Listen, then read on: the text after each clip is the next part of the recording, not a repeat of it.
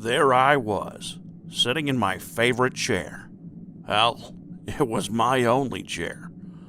The thrum of the stabilizers aboard the retro station putting out a hypnotic lambda wave of mechanical white noise. Scotch helps me think.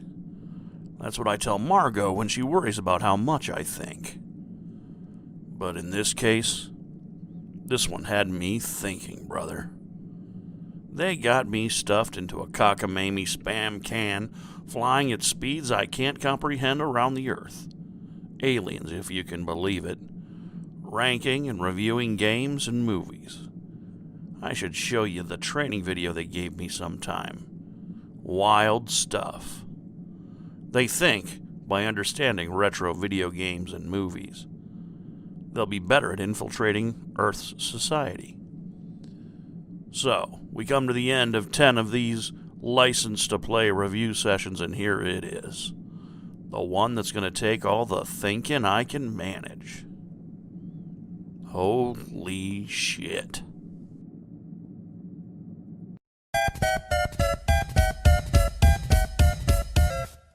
Get upset on the internet. Welcome to Retro Station 1989. I'm Commander Dan, and this is License to Play, a series about retro video games that were based on licensed material, like comic books, movies, TV shows, and in some rare cases, fast food mascots. The reason why I did this series in the first place is because, well, I'm being forced to by aliens from another galaxy. But the other reason was I wanted to make sure that my favorite licensed games from when I was a kid got a fair shake. I was kind of inspired by my boy Cygnus Destroyer and his LJN Defender, a series of defending, if you can imagine it, only LJN games for a long time. Not all of them win, and I thought, you know what, I'm going to give my own view on these, plus my alien overlords will turn off my oxygen if I don't. So, there's fucking that. If I look a little rough, it's because, well, I've had a lot of sleepless nights about what I'm going to do about this particular game. I mean, it's from my childhood. It's one of my favorite games from my childhood, and it's really weird. In 1989, Warner Brothers released Batman, and it was a blockbuster smash hit. Lines around the blocks, and it was a darker version of the world's greatest detective than we'd ever seen in the past. Tim Burton's directorial style and sense of humor made the Batman movie a gigantic mega hit, and Hollywood couldn't stop drooling over the thought of comic book properties going through the roof. So they did what Hollywood always does. Yeah, they flaming mowed the fuck out of the comic book movie idea, but without a vision of what they could actually accomplish, we got hog shit like The Punisher, where the fucker mostly uses kung fu and knives to kill people with little skulls on them. And then Captain America by Cannon, with these goofy-ass rubber ears planted to the outside of his fucking helmet and foam muscles added to the costume. They did it to the Flash TV show as well. And everyone was getting in on the act by the end, even Sam Raimi, who wanted to direct a movie based on The Shadow, but then directed Darkman instead because the blood was in the water. Comic book movies are coming up. And Hollywood thinks any old comic book will do. Like fucking Archie. See, Hollywood smells money and it can't help but step on their own dicks. So in the midst of this feeding frenzy, they decided to try another hard-nosed crime fighter with gadgets and a hard-on for busting criminals. So, we're going to be talking about this guy. You saw it in the intro. And don't get too hyped about it. I mean, the reason why we're going to be talking about this in the way that we're going to be talking about it is that it holds a lot of special significance for me. I know the Almighty Nerd did his review of the game, and he blasted its nuts for being really obtuse and really bad and hard, and etc., etc., etc., etc. And he wasn't wrong. Not wrong at all. I can't deny that the things that were wrong with when he played it stand true to this day. But I got to play it with a manual. Dick Tracy, a movie released by Touchstone Pictures in 1990, riding the wave of comic book properties as movies, starred Warren Beatty and Madonna and Al Pacino. It was directed by Warren Beatty, and I haven't never seen the fucking thing. No, really, I never saw it. I didn't read the comic book much either, but that's because I didn't grow up in the fucking Great Depression. But here's the weird fucking thing. I loved Dick Tracy. The idea of a police detective with gadgets and shit, fighting bizarre, fucked up looking criminals, and it enthralled me. I mean, I was a teenager, so I was like, how the hell are they going to make that shit into a movie? It was like Popeye, the musical flick. Robin Williams, rest in peace, did such a great goddamn job playing the Sailor Man, and the effects were damn good and brought a comic cartoon I'd loved as a tyke to life. And here's the other thing. It's a little personal. In '89, my folks split up. Lots of people's folks split up, and it always sucks balls, but my brother and I went with my dad to live at her grandma's place. She bought us a Nintendo and some games to give us a diversion from how bad it sucked. And as we're readjusting to another move, this time back to the Midwest, my grandmother decides to take my brother and I to Sears to get our new school clothes. And I was hyped to go, because after getting school clothes, we'd get to go to the video store. My brother? Well, he didn't care about school clothes, so he stayed home. Dude, this could not have been a worse move. He told my grandmother to get his clothes for him. She knew his sizes, just t-shirts and jeans, like Danny likes, he said. I got a bunch of jeans, Batman t-shirts, Batman Converse, and a Dick Tracy t-shirt. My grandmother asked the store people what was popular, and they told her. So, his freshman year of high school, because he stayed home and let Grandma choose his clothes, the fucker got this shirt.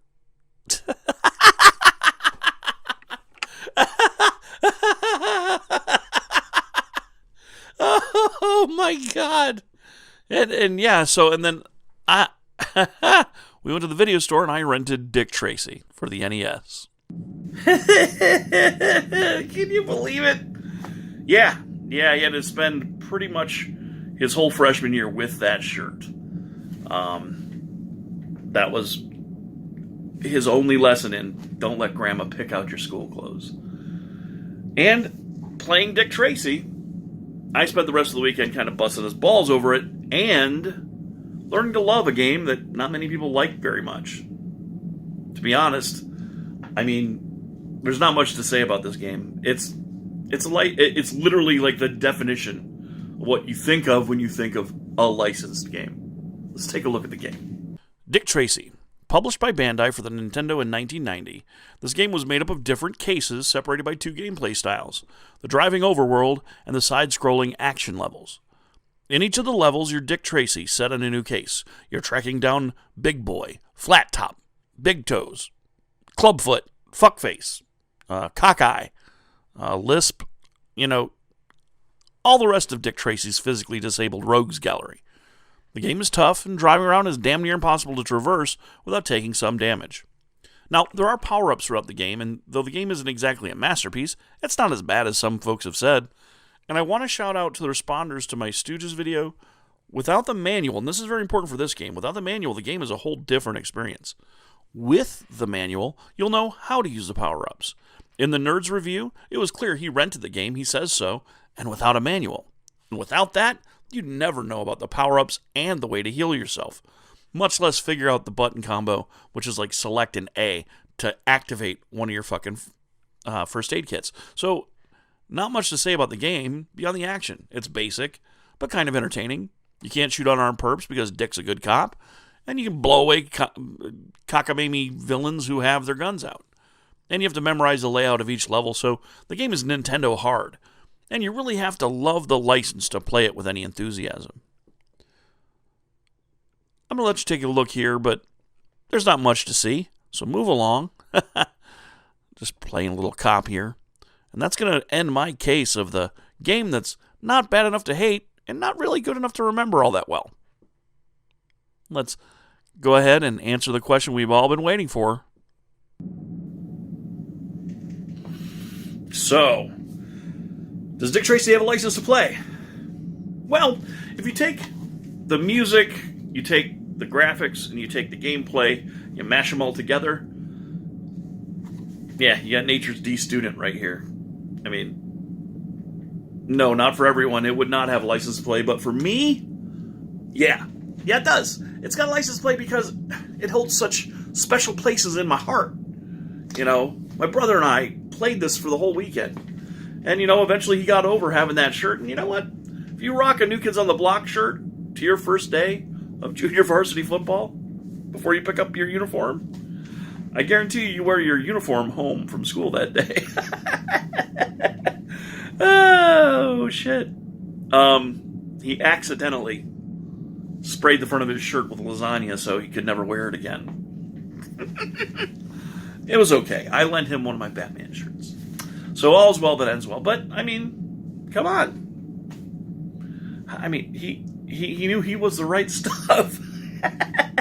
So yes, I give Dick Tracy a license to play, but only barely, and only if you have the manual to figure everything out. Which brings me to the Stooges. They're going to get their time again. There's going to be at the end of all of this, I think I'm going to do a show where we talk about the borderline cases, and maybe Dick Tracy will have their little license revoked. But for now, the banana raincoat wearing motherfucker gets to keep his license to play. So seek it out. It's probably like $10. It's not a lot because it's got a bad reputation, like yours truly. And yeah, so fuck, you can pick it up and try it yourself. In fact, do that. Try it for yourself. And if you like it, let me know what you feel about down below. Or if you've played it in the past, let me know that too. But in the meantime, please like, subscribe, ring the bell if you want to know when I'm streaming, which won't be happening very often here on YouTube anymore. We're going to be moving over to Retro Station 1989 over on Twitch, where I'll be doing the multiple chapter streams. And then over here, we're going to have modern reviews of video games. So more episodic television-style shows with the editing quality of an orangutan with a broom up his ass. But that's me. I'm one guy, guys. I live aboard this big nightmare of a space station, so it's on me to do it. Maybe I'll get to shave once my shaving equipment gets here and I stop drinking my brain juice. So, here's to you. Clinky, clinky. Clinky, clinky. Drinky, drinky.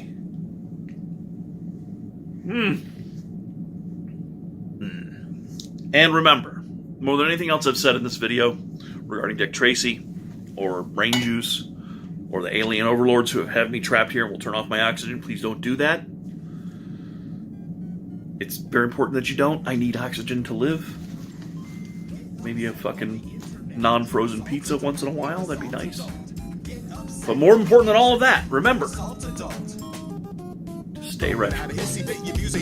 Peace! Every up and comer is a threat to what you're dealing. And instead of getting better, you just spout up on your Facebook, crying on your Twitter bit about how bad your case look. In case you didn't get it yet, allow me to rephrase it. You're grandma than my 4-year-old. I'm actually amazed. Like you couldn't even see the forest for the trees. The writing's on the wall, literally there to see.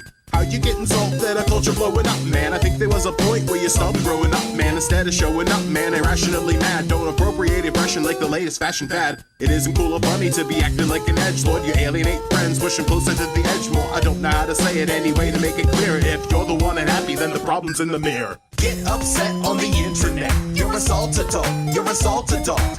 Get upset on the internet.